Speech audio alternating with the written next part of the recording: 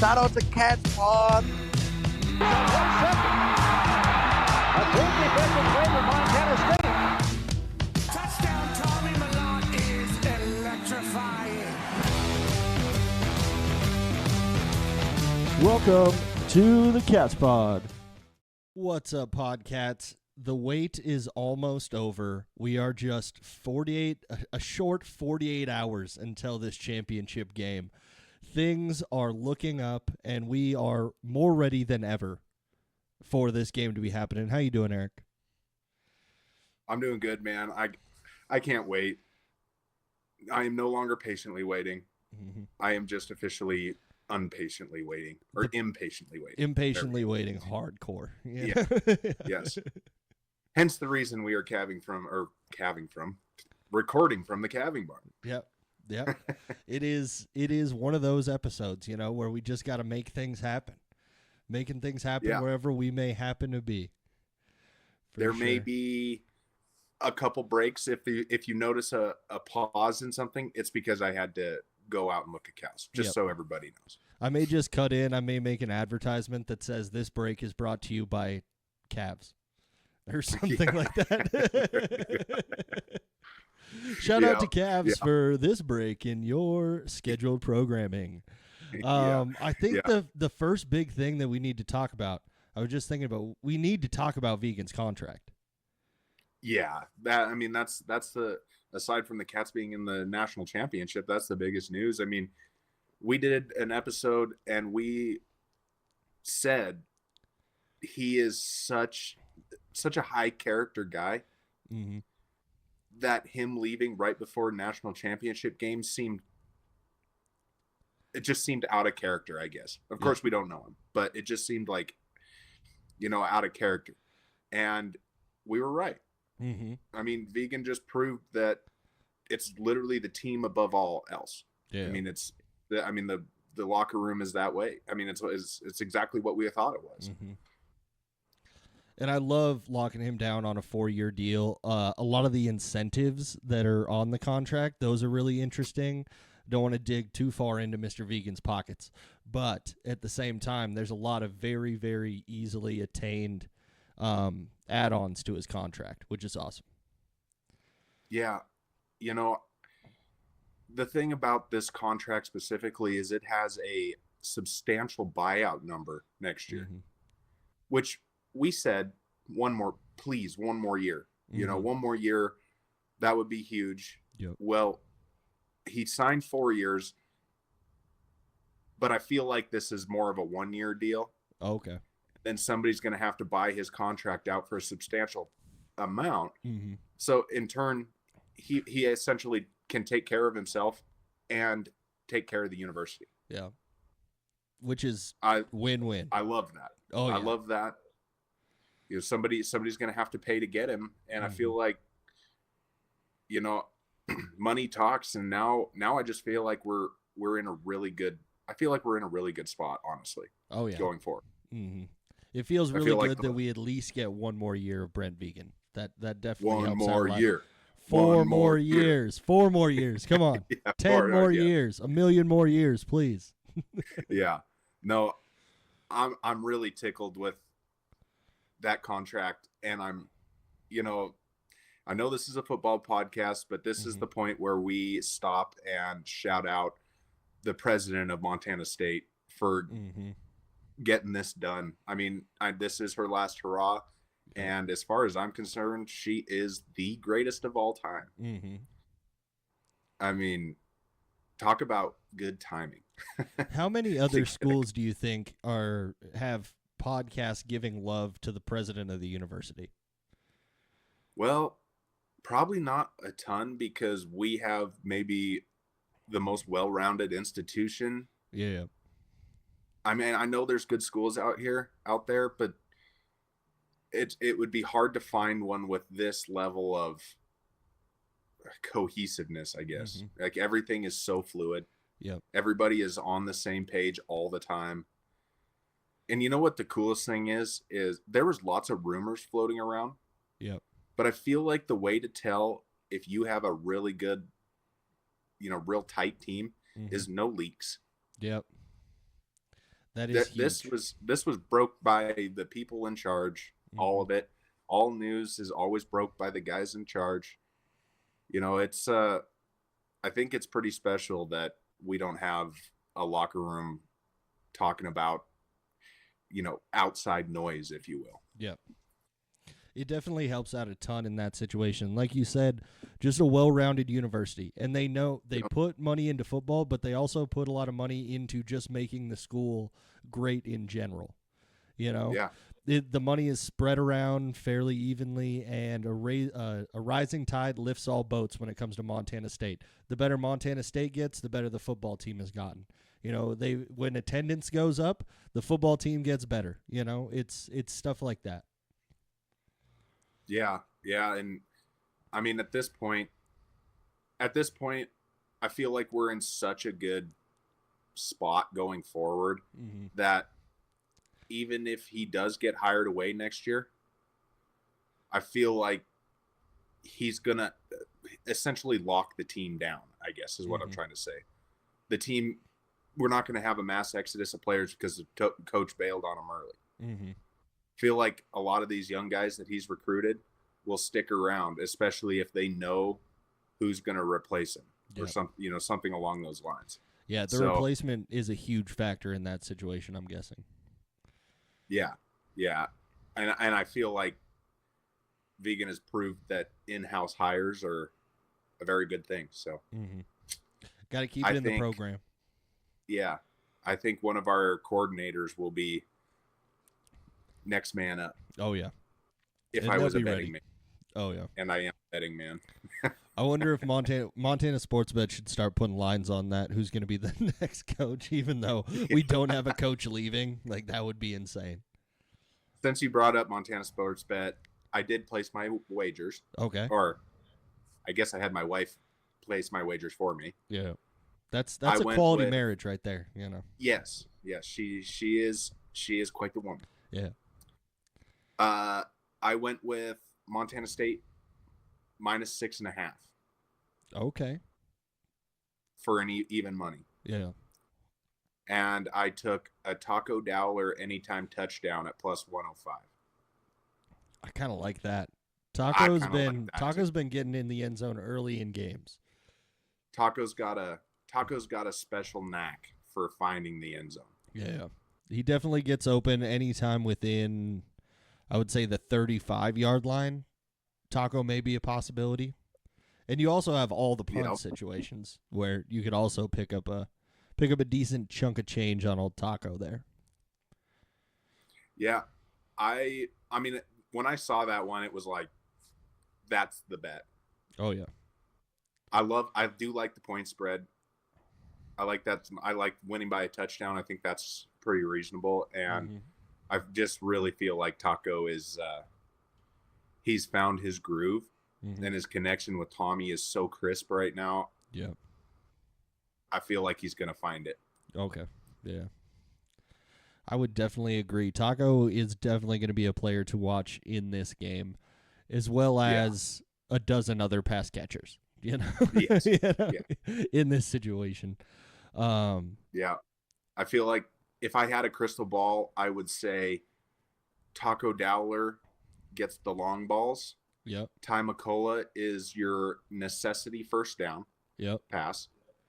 And Rohan gets overlooked until, let's say, the beginning of the second half. And he gashes him for a monster. Yep. I'm leaving quite a few guys out. Oh, yeah. There's so many weapons on this team that we will miss someone. Yeah. In all of these situations. I'm also trying to keep an eye on the awards banquet because the Walter Payton may get announced while we are recording this. So I want to make sure that if it does, I keep refreshing Twitter, and I'm not sure. I'm not seeing anything yet. But I just saw a really nice picture of Jerry Rice with Tommy. So that's always good, too. Well, speaking of awards, I feel like we should talk about Tommy a little bit. Oh, because his trophy cabinet keeps filling up. I mean, he got, what was that? The camp the Camp Award. The Walter Camp Award. Yeah, Walter Camp Award. Mm-hmm. He got that. What was the one last night? The something 90. This morning he got the Elite 90 award, which is the award for the highest grade point average of any player in the national championship. Yeah. So he just keeps racking them up, man. And I'm already here to tell you, if he doesn't get a third one tonight, I'm rioting. We will see. I mean, that's why I want to keep an eye on this, because it is another one of the dominoes that is going to be falling here soon that we've got to keep an eye on. And on top of me rioting, if he doesn't win it, that is such a chip to him. Mm-hmm. I mean, he better put that on his shoulder and play like it, because he is the best player in the country. We know it. Everyone else knows it. And if he gets snubbed, they better be playing for Adam Jones and Tommy Mellott, because that'll be the two biggest snubs in award history. Oh, yeah. It would be... We would never stop talking about it. Like, it could be 5 years from now, and I feel like we would still be going off about that one time, when it happened. I mean, Tommy Mellott, we're talking about a player who is kind of transcended everything in Montana. I mean, he is so universally loved among everybody for the kind of player and person that he is. Mm-hmm. It would, Studies I don't want to say heartbreaking, but it'd be a little heartbreaking if he didn't get the award. He deserves it. Yeah. He is the best player in the FCS. It's not close. Yeah. I know things are tight statistically, but that is about it. That is the only situation where you look at the numbers and the straight up numbers, and they are pretty even. Cam Miller has a very slight passing bump on Tommy, but Tommy has a bump in rushing and also efficiency. Tommy is the most efficient quarterback in the country. He is number one. So it is very hard to see him not getting this award. I really wish, I know this is a problem with all awards and not just these ones. I wish awards would be weighted on voting until after the season was completely over, the entire season. I hate regular season awards. I don't see why that's always the case. Yeah. I mean, you're completely subject to your schedule. Mm-hmm. And Tommy Mellott was on a team that blew everybody out, and he didn't play. But that's the statistics are so close, and he didn't play almost every fourth quarter of every single game this year. Yeah. That is such a huge part of it too, is how much Tommy was not on the field for these situations. And his numbers are dramatically affected by that. So you have to take that into account. Yeah. I mean, we obviously have a massive bias, but I feel like bias has run its course with Tommy. Mm-hmm. I feel like everybody at this point feels like he's the best player, and it's no slight to Cam Miller. He's special. He's a really good quarterback, and I mean, he's gonna have. I wouldn't be surprised to see him move on, but he just doesn't mean as much to the team as Tommy Mellott means to Montana State. And he is dynamic, but not on the same level. I mean, Tommy we've seen him do some things that there are very few people in the NFL that can do. Mm-hmm. I think he does things on the football field that no other quarterback at any level of college can do. Yeah, I mean, his combination of, football IQ with speed and, what we've seen as a real development and arm talent. Mm-hmm. When you put it all together, he is one of the most special football players in all of college football, like you said. Most definitely. Yeah. But I hope he wins it. I need him to win it for us. Mm-hmm. For Montana. Yep. For Montana State, for this 40-year drought that we've been dealing with. Winning a national championship, it just all feels once again like it is meant to be. And it's coming back around, and I feel like we definitely have the top 2 teams in the country playing on Monday. Yeah, I still feel like South Dakota State was a little better. I know North Dakota State beat them twice. Yeah. And that must mean that they're better, but we have seen a bit of a flawed North Dakota State team at times this year. Yeah. We've seen them get, we've seen things happen to them that a typical North Dakota State team hasn't done in the past, such as control the right line of scrimmage on both sides. Yeah. That hasn't been necessarily a strong suit for North Dakota State this year. No. And also, it kind of begs the question, if the wrong version of this North Dakota State team shows up on Monday, this could be a pretty stress-free game. Because if they show up the version of the team that's sloppy and doesn't know how to really put it together, like we've seen a few times this season, it could be a very long day for the Bison. But if they show up with their A game, this is going to be an all-time classic front to back. Yeah. I mean, I'm expecting a close game, to be totally honest with you. I think it'll be pretty tight. That being said, I do like Montana State by at least a touchdown. Yeah. I just, Sam Herder put out that anonymous coaches poll that he does. Yeah. Where he polls, I think it was like 18 coaches or something like that. Yep. And asks them who they think will win. And 14 coaches said Montana State. To 4. Yep. They're right. I also am saying, stop it, Sam Herder, with this anonymous stuff. All right? Release the names. Release the names. I want the names. I want to know who those 4 people are. Come on. I mean, 14-4 by coaches. I assume some of them probably have played against Montana State. And, I mean, that is a really telling thing to me. I mean, if 14 guys that lead football programs that game plan for people like Tommy Mellott, if they're all picking you, also seems like a pretty no-brainer. We know in the past the coaches poll has been not kind to the Bobcats. No, This season, everything had to happen correctly for the Bobcats to get that number 1 seed. Yep. They weren't given anything. They had to have the perfect situation, and they had to play a perfect season in order for them to get that number 1 seed. And that's the same thing we saw from the coaches poll last year. Every time that the Bobcats took a step in the wrong direction, all of a sudden they're 6-7 points down in the coaches poll. So the fact that they're giving them respect now, that means a lot. Yeah. To me, thinking about what you just said, every time that, somebody says something about the Bobcats, the first one was Eastern Washington.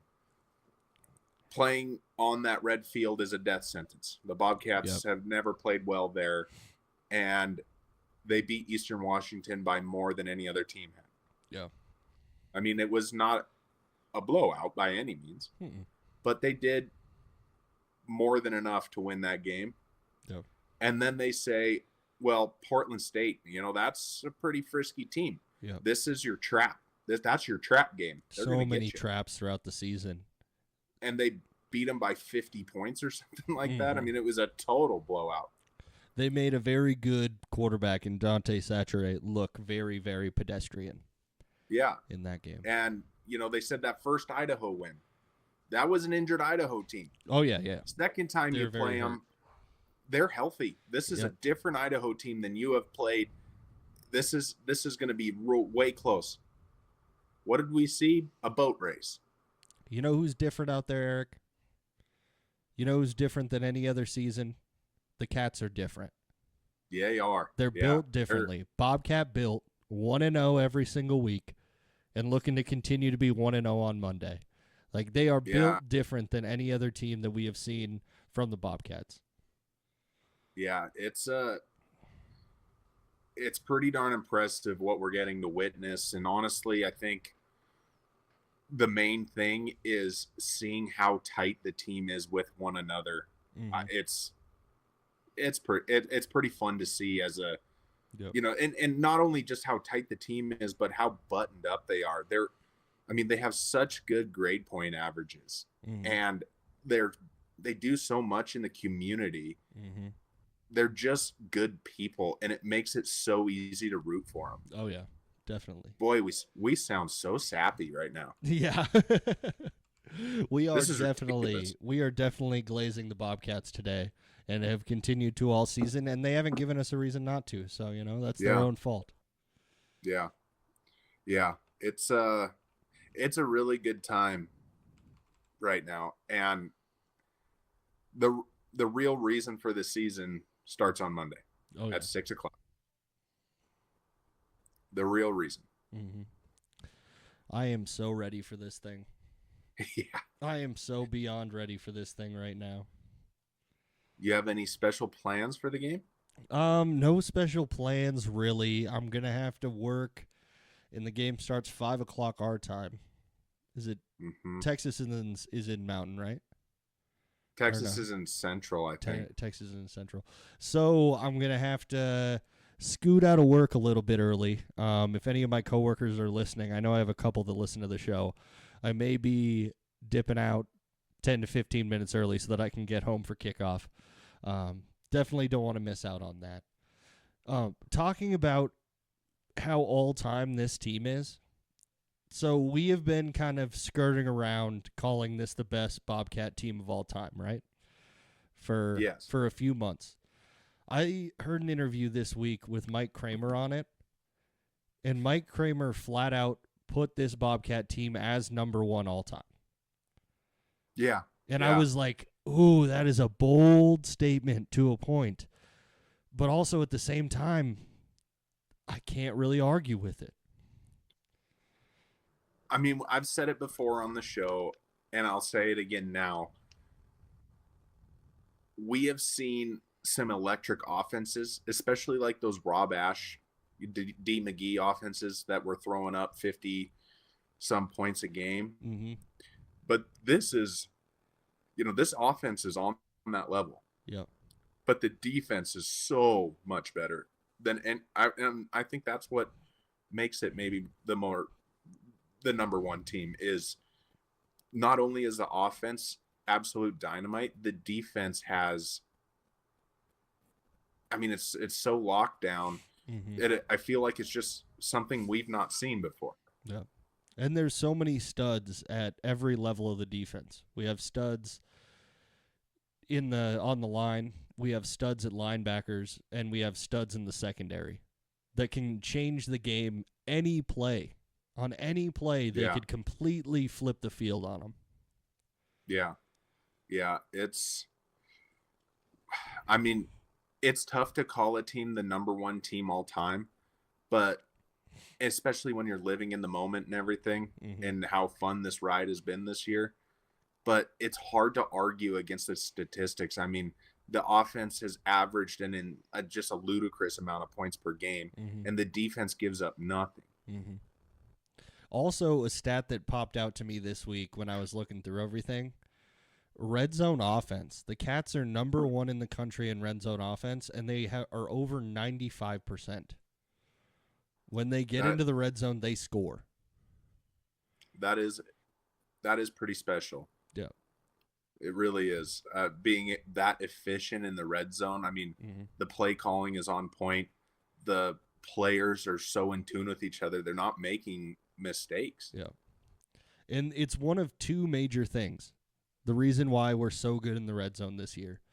The rushing attack, the multifaceted rushing attack between Scottre, Tommy, Adam Jones, those guys getting in the end zone from the red zone has been elite. And then also Money Miles. Money Miles has played a huge part in that because when we get stopped, we still get three no matter what. Three no matter what. Yeah, it's such a new, and as a Vikings fan, I'm so used to terrible kickers Yeah. It's hard to that adjust having to. Miles kicking out there just makes life really good. Oh, yeah. And everybody I know feels that same exact way. Mm-hmm. I mean, honestly, it's pretty special what we're getting to see. I mean, I brought up the offense and defense, and the special teams is just as important. I mean, Brendan Hall doesn't allow kickoff returns. Mm-hmm. His punt, he's pinning guys inside the 20 with his punts. Mm-hmm. And Miles Sandstead does exactly what the job description says. Mm-hmm. I mean, it's literally a 3-phase deal here, and they're all firing on all cylinders. Yeah. Thankfully. Oh, yeah. It's definitely very, very helpful in these situations. I feel like we should probably start talking a little bit about the other team.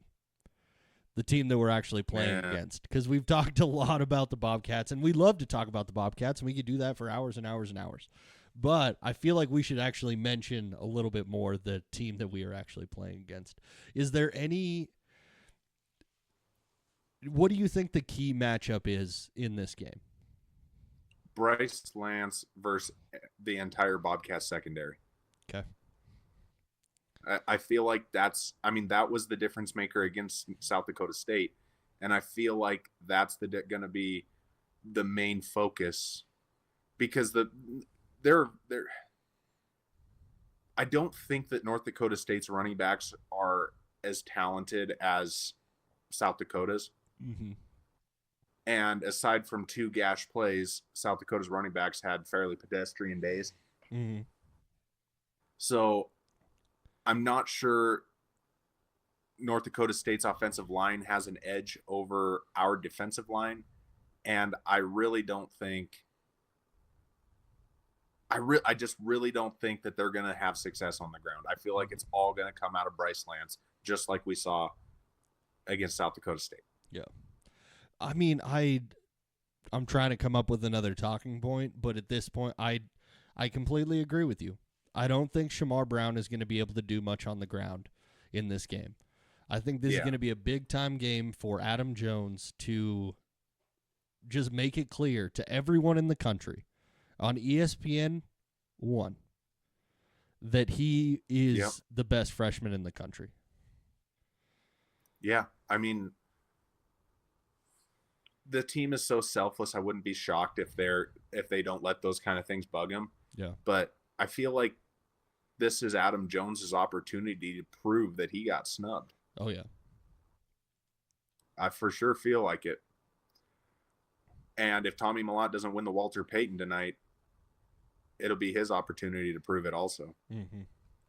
I wonder how many times that's happened. The Jerry Rice Award winner and the runner-up, and potentially the Walter Payton winner and the runner-up face each other. Yeah. It would be I wonder if that's ever happened before. I mean, I can't think of a time that it's happened before, but we haven't really followed everything on a national scale for that long. Yeah. You know? Yeah. Yeah. There was probably some years where NDSU just swept everything. I would guess. I'm guessing they've had a lot of players that have been up on that podium. Yeah. Yeah. And going back to your, matchups or whatever to watch, or if you go back through NDSU's games, the decent teams they've played have been able to put up points on them. Mm-hmm. Abilene Christian was fairly successful against North Dakota State. Yeah. And I feel like if you give Montana State opportunities to score, you're probably not going to win this game. No, not at all. They're going to have to lock them down somehow. Yeah. Just like the rest of the season, as soon as you slip up, as soon as you make a mistake, Montana State is going to capitalize on that. Yeah. They're pushing the entire time, but they force the other team to make silly, uncharacteristic mistakes, and then as soon as that happens, that's when the 14-point run goes. And then all of a sudden we got a 2-touchdown lead. I think the main difference between the Bobcats and the Bison is that Cam Miller puts almost everything on his shoulders, where the Bobcats have a lot of different guys that take turns shouldering the load. You know, at South Dakota State 2 weeks ago, it was Cam Miller with his legs and Bryce Lance with his arms. But the Bobcats have Taco Dowler with major success in every game. They have Rohan Jones, when healthy, with major success in every game. Ty McCullough is an automatic first down. Yeah. And that's not even bringing in the running backs, who one of them is going to have a good game. You can't contain both of them all the time. Yeah. The Juice Squad is the best group of running backs in the entire country, and they are listed off fifth for us. And that's not even out of disrespect. It is just the fact that there's that many weapons. Yeah, speaking of Juice Squad, my game day fit will be a Juice Squad t-shirt, followed by a Run the Damn Ball sweatshirt with a Cat's Paw jersey over the top. There you go. Got to keep the Juice Squad right next to the heart. Yep. That makes sense. It's the same thing I've worn every Saturday for an entire football season. And have you washed it? I have not washed it. There you go. There you go. There you go. I like that. You did not wash it. You definitely did not wash it. Me specifically did not wash it. It still has the luck in it when it comes to you. You know, that's good. That's good. Victor Flores just said that we're a half hour away from the announcement. Come on. Perfect. This seems like a good time to a break brought to you by the Cavs. Okay, this break is brought to you by Cavs. And we're back from that little break. For you, it was a second. For us, it was about an hour. So we were also sitting around waiting for the Walter Payton Award to be announced, because apparently our best option is to just refresh on Twitter. Yeah. Yeah. Yep. That's all we got. One thing I thought we should bring up is there's going to be a bit of a cold snap come through Frisco on game day. Definitely. It will go from 60 degrees tomorrow to looked like kickoff temperature is going to be, mid-20s, high 20s. Yeah, it was projected to be high 20s, like maybe about low 30s going into this game, which won't affect the Cats at all. No, that's normal practice weather. Yeah, and they were practicing in snow and all kinds of junk, leading up to this game. So I definitely feel like the Bobcats have, I don't want to say significant, but a definite advantage in cold weather, because they're used to being out in it every day. So, yeah, I think that game time temperature of mid-20s is going to affect a dome team a lot more than it'll affect a non-dome team. Mm-hmm. I know at the Idaho game, there were some Idaho players that looked a little chilly down there, and that was about the same temperature. And Bobcats had no trouble, so yeah. I think a little bit colder favors the Bobcats more than a little bit warmer. How about that? Yeah. Do you think that the quality of the field is going to be all right? Because I know that that's been a problem in the past. Yeah, I honestly don't even know. I know they had trouble the last time, but I feel like they've had plenty of time to come up with something to remedy that, I guess. It's been several years. I don't know if it's changed the cleats or what, or if it's just a junk field in general, but yeah, I do think they've had ample time to figure that out. Yeah, definitely. I know that the field affects both teams equally, so it's not like it's just going to affect the Bobcats running game or the quickness of players. It affects the quickness of players on both sides. So it's not a huge factor, but it's just annoying when you have a national championship game and it's something you have to think about, The real question, Ben, is not about the field, but how much do you think that stadium's going to charge me for game time beers? Ooh, that's a tough call. That's a tough call. I would say you're definitely in the double digits for a beer on this game. And I guess the real question is, do I care? No, you're going to be there. You're going to be ready. You're here for it. And also, you get to have beers in the stands. Yes. Which is always a plus, you know? It's going to be new. You know, my first experience with this outside of like professional games was at New Mexico, is they would let you take beers down to your seats at the New Mexico game. And that was pretty cool. Yeah. So this is round 2 with the stadium beers at a college football game for me. Yeah. Part of the game plan for you, do you dial back on the tailgating beers when you know that there's game beers? Yes, I think Okay. so. Yeah, I think I'll maintain pretty well until the Bobcats win. Yep.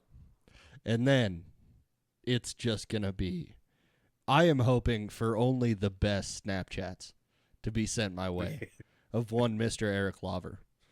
Brooke Lover, I need you to be on this, okay? You are videographer for me, just so that I can vicariously enjoy it from thousands of miles away.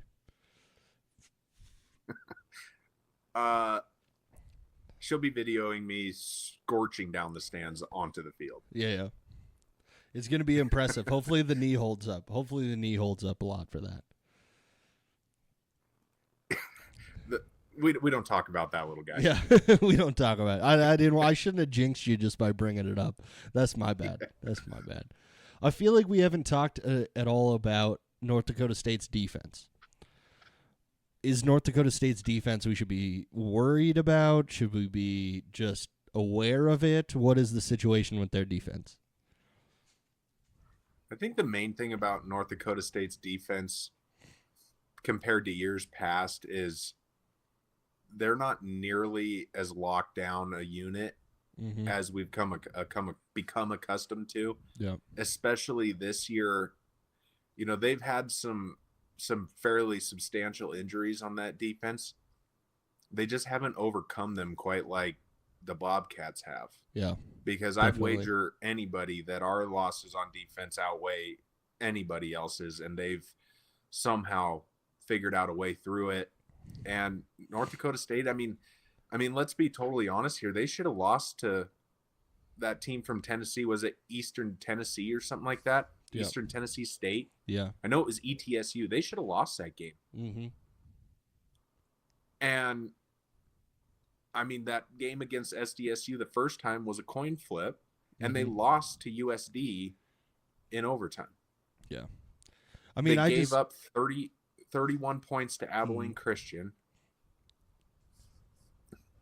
You know, they let a absolutely god-awful Mercer offense score on them against their starting defense. Yeah. It wasn't like they pulled them. Mm-hmm. The defense has holes, and teams have found success running the ball against them. Yeah. I'm pretty surprised. I just did a quick look through the top teams in the country for offense and defense and things like that. Total defense, North Dakota State is ranked 18th, and the Cats are 12th. I am very surprised to see that. And I looked at the rushing defense, and North Dakota State is ranked 22nd in rushing defense. This is not one of the defenses of NDSU's past. No. This is not one of the ones that you have to worry about completely.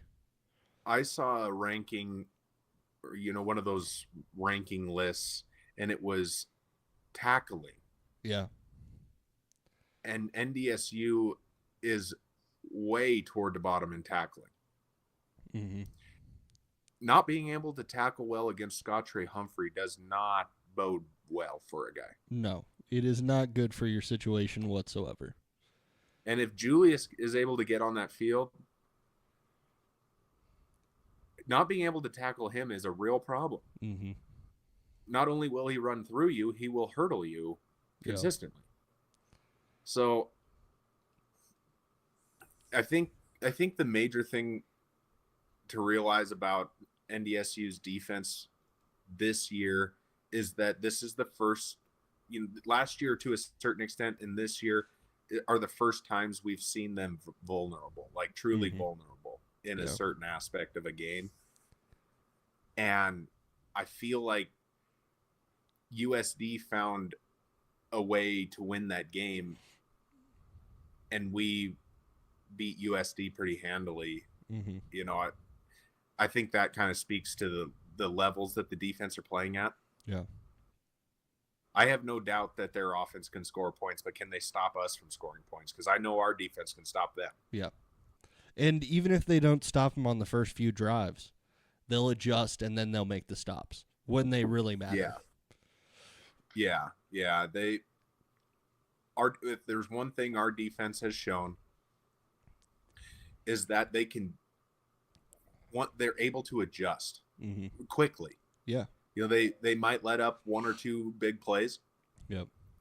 But the correct adjustments are made so fast that it just stops happening. Oh, yeah. They lock it back down.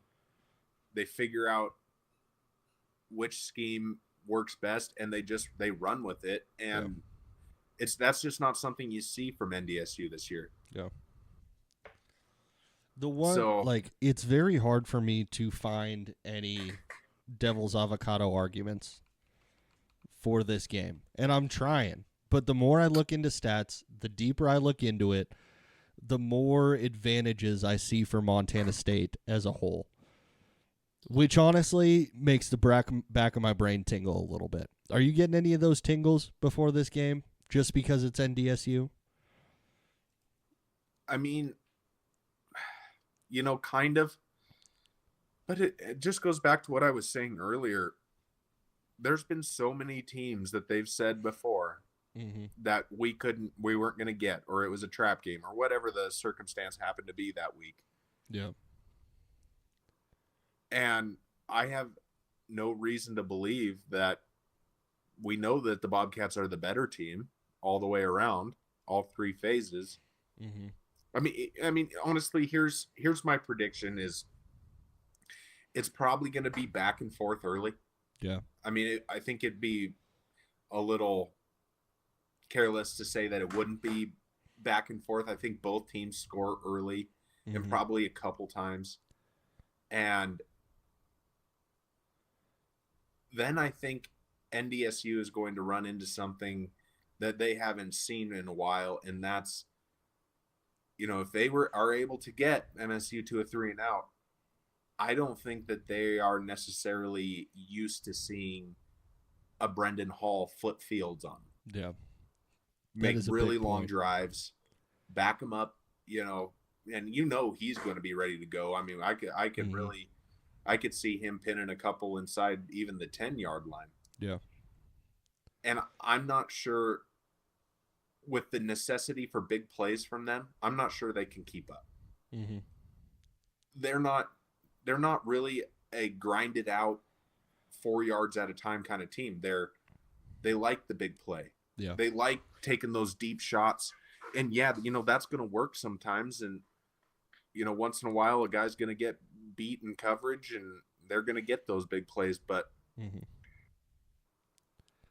I just don't see that happening enough times for them to get ahead of what is such a unique offense.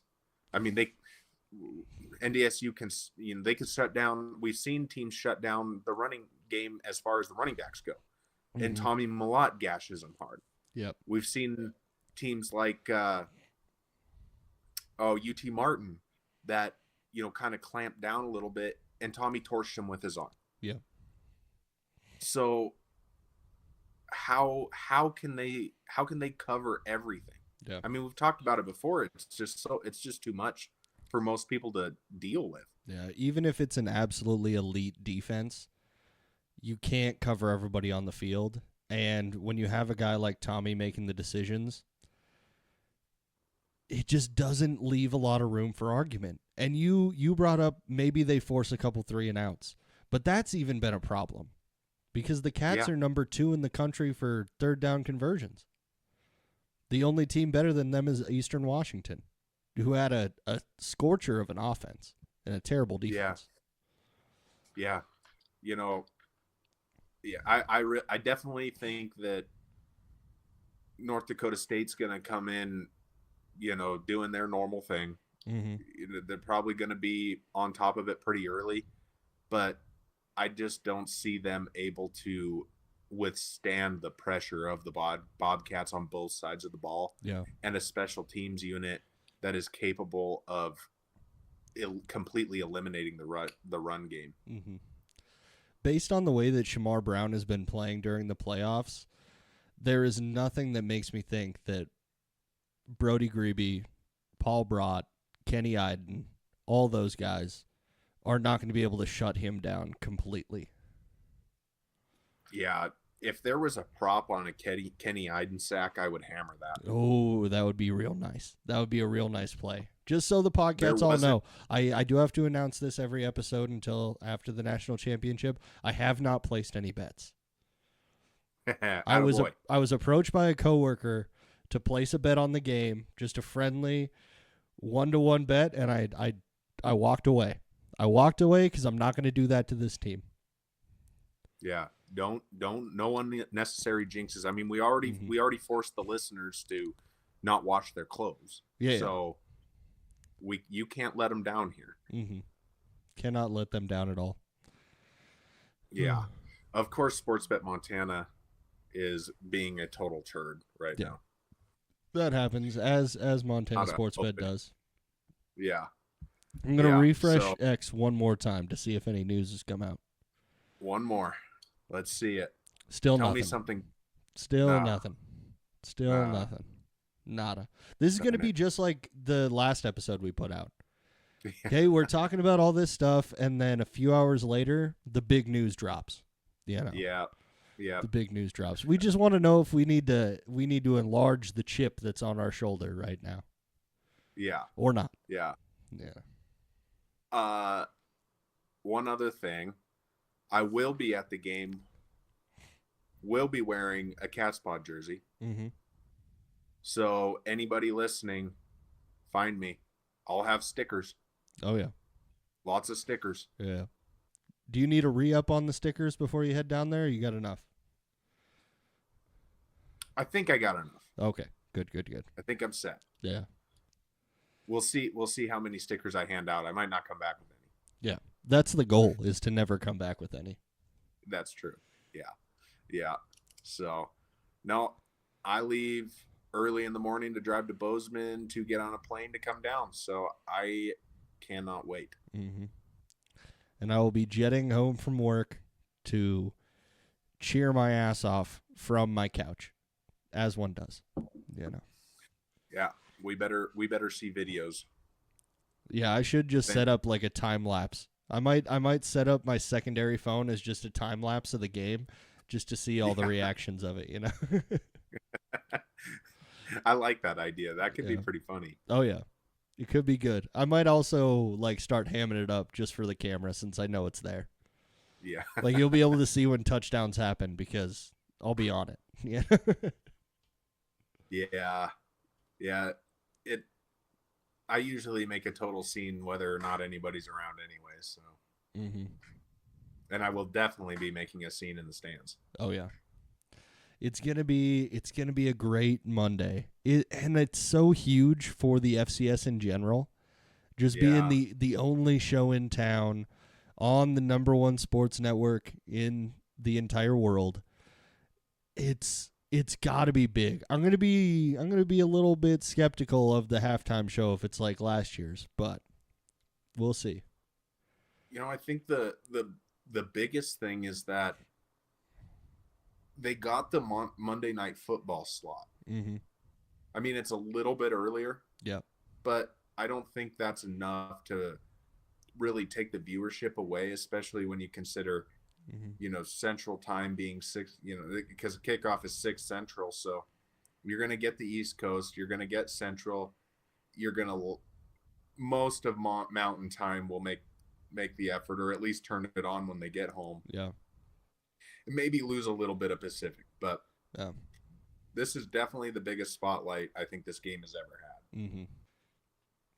So we just had a big announcement. So we are recording after we had finished the episode completely. So if this contradicts anything, we apologize. But we have some big news going on right now. What is it, Eric? Tommy Mellott has officially won the Walter Payton Award. Let's go, Tommy. Has been recognized as the greatest player in FCS this year, and it is so well deserved. Yeah. Nobody deserved this award more than him. They made the right decision. The voting body, shout out for doing your job and picking the right guy in this situation, because we were worried that it wasn't going to go that way. You know, and I think that's just, you know, we were gearing ourselves up for any kind of disappointment. We knew he was the best player, and he's being recognized as the best player, and thankfully, because I didn't need to go on a 20-minute tangent about how pissed off I was that he got snubbed. I mean, I already got one that got snubbed. I didn't need two. Congratulations, Tommy Malott. You are probably the best Bobcat ever. I mean, the awards are piling up. I mean, he's going to have to build a house to house his awards at this point. It's not a trophy case. It's not a trophy room. It's a trophy wing of your house at this point. And he deserves every single one of them. Nobody could deserve it more. Model citizen, model football player, model student. It's everything you want in a college athlete. I'm so happy. I'm so happy for him. Yeah. Let's go. We got a Walter Payton Award winner on this team. Let's go. When's the last time we had one of those, Eric? When's the last time? Whew. It's been a while. Whew. Yeah. It's been a while. Yeah. I haven't seen one in a while. Yeah. It's just a testament to what this season is and what we've known it to be.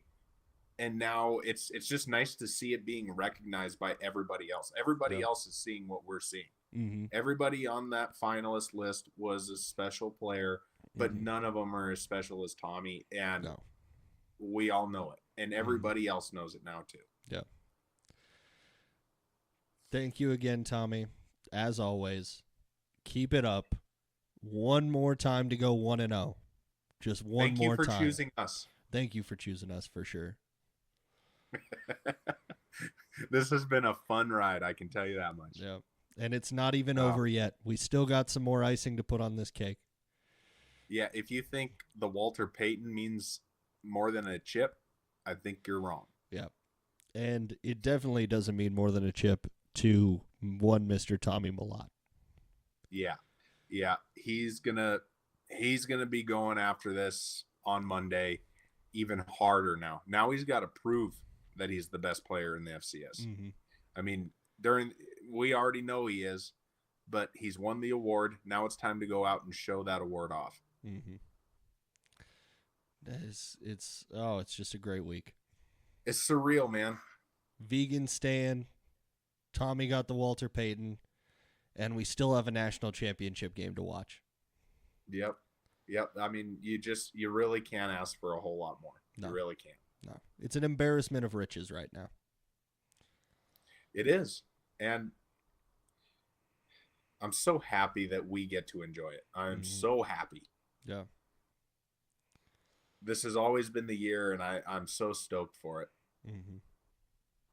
Let's go. Let's go. Let's go, Cats. Let's go, Tommy. Let's go, Cat Culture. Oh, it's awesome. Congratulations, Tommy Malott. You deserve it. You deserve it for everything you've done for the school for the last 4 years, because as you and I both know, we haven't tasted success like this before, really. I mean, we've had good teams, but not like this. And having a player like Tommy, who is the best player according to every outlet now, he's gonna clean sweep probably everything now. Yep. Everybody else knows how good he is, not just us, and that's really nice to know. Yeah, it's nice to feel included. You know, it is. Yeah, exactly. It's nice to feel included. And now we got a chip. Now we got a chip to go win. Yep. Yeah, that trophy case is, it's going to turn into a trophy house. Yeah. trophy house. Yeah. Good times, buddy. Good times. Yep.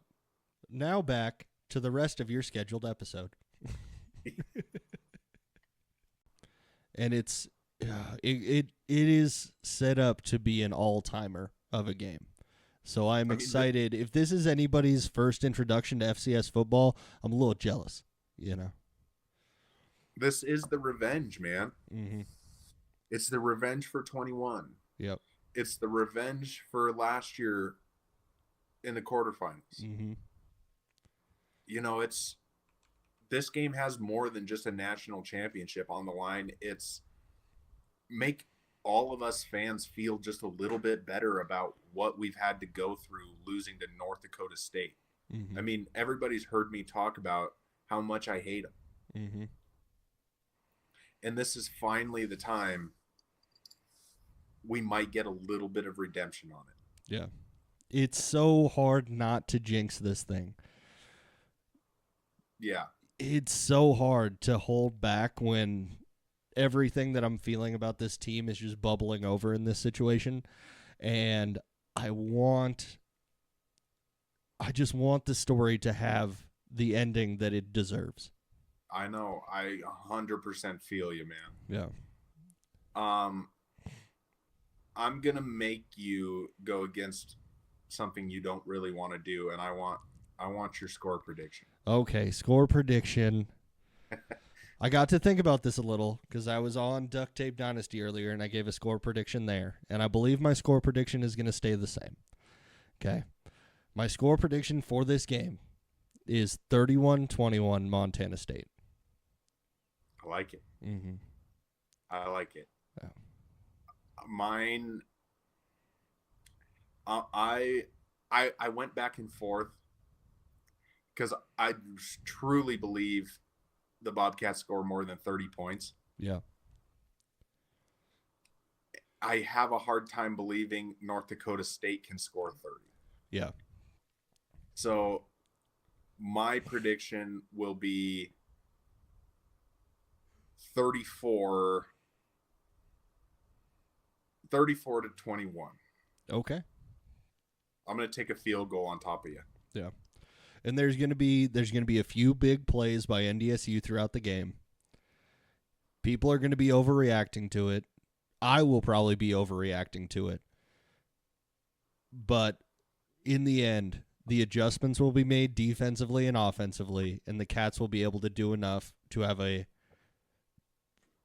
confident victory. I'll call it that. Yeah. And I'll just throw this out there for the listeners. Remember, if you think 34 points is a lot, and ESU gave up 31 to Abilene Christian. Yep. Just remember that. And they also give up that many points to a lot of different teams, you know. Yeah. I think I don't remember exactly what the score was for the USD game, but I'm pretty sure that was in the 30s, both teams. Yeah, 28-29 in that USD game. So they gave up a lot of points. Yeah. Yeah. They gave up 3 touchdowns to SDSU just a couple weeks ago, and SDSU didn't have the best offense this year. They had a stellar defense, but not the best offense at times. Yep. I firmly believe the Cats score north of 30 at the minimum. Yeah. There's no evidence to suggest anything otherwise. They've done it against really good teams. So, yeah, that's that. I just don't see the Bobcat defense not making the correct adjustments. So I don't see more than 21 from North Dakota State. Mm-hmm. And honestly, you could call that generous. I mean, I do think USD is a better team all the way around, and they only managed 17. Mm-hmm. So I think it was 17, wasn't it? Yeah. 31-17. Yeah. So I think 21 points for them is plenty fair. Yeah. When you have big playmakers like Cam Miller and Bryce Lance, you're going to make some plays throughout the game. Yeah. But those are going to be short spurts. It's not going to be sustained success. They're not going to be having a lot of long drives. They're going to have to hit early, or they're not going to hit at all. Yeah, and I'm 21 points is spotting 3 Bryce Lance touchdowns. So Yep. He could have a hell of a game and they still lose by a significant margin. yeah, Oh. yeah. So yeah. Can't wait, man. It's so exciting. I'm so glad we're here. It's also anxiety peaking, I guess, would be what it is. I just very anxious for this game to start. Really want it to be happening, and we're getting closer and closer by the minute. So I can't be sad about it. Yeah, we are almost there. Almost there. Almost there, buddy. Almost there. Hey, Podcats, just hang in there with us. We're almost there. We're almost there. Yeah. And I cannot wait for the episode after a Bobcat win. Ooh, that will be one for the ages. One for the ages.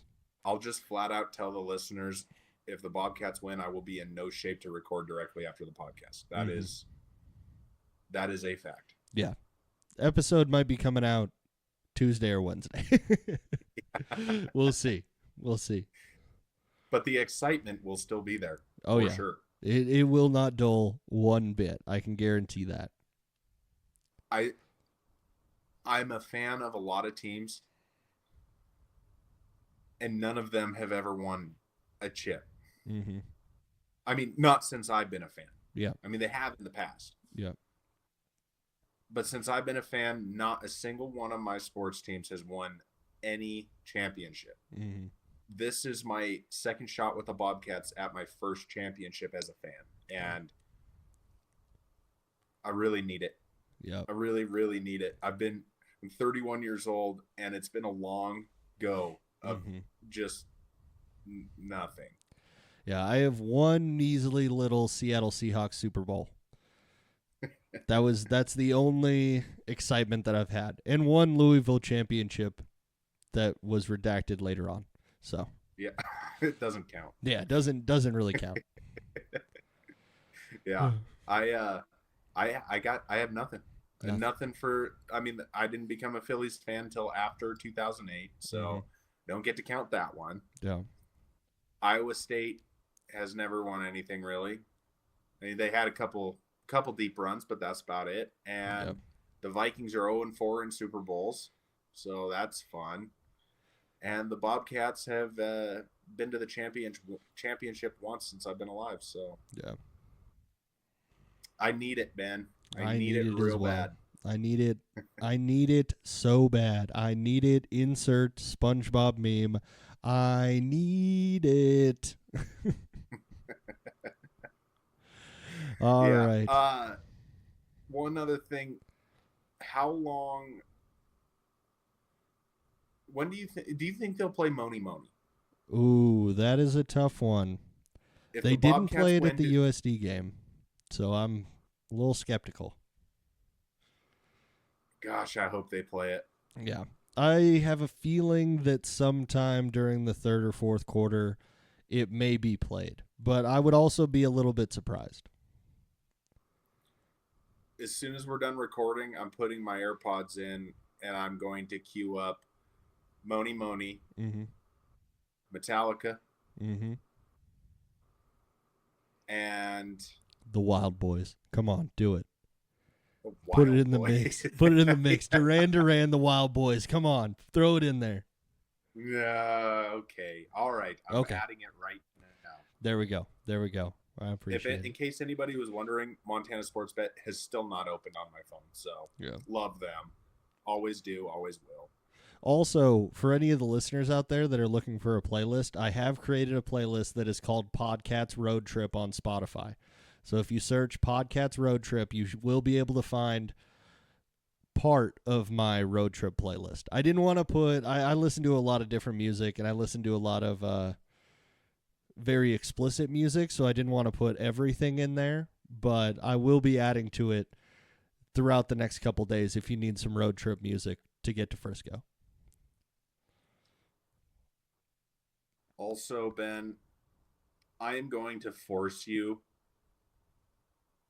to release the She Shanty. We didn't. I gotta hold on. We didn't get the likes to release the sea shanty. So I don't even care. You gotta do it.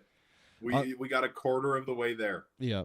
I'll make up a little music video for it. It will be released post championship. I will release the sea shanty in its entirety. Okay, that's what it takes is a chip to release the sea shanty. Oh yeah, definitely. Then it'll be on there. I like it. Yeah. I like that a lot, actually. Yeah. It's gonna be something, I can tell you that. I'll put something together for the people. And I've got a couple other plans for shorter videos other than podcasts for us to release on the channel. So we'll keep those cooking. Yep. Mm-hmm. Heck yeah, man. This is gonna be fun. Yeah. It's gonna be a great time. Looking forward to it. I can't wait. Yeah. Can't wait. All righty. Thanks everybody for listening. Go ahead and check us out on Instagram or X at CatsPod. Check us out on YouTube at The CatsPod, and we will see you next week after another glorious Bobcat Championship.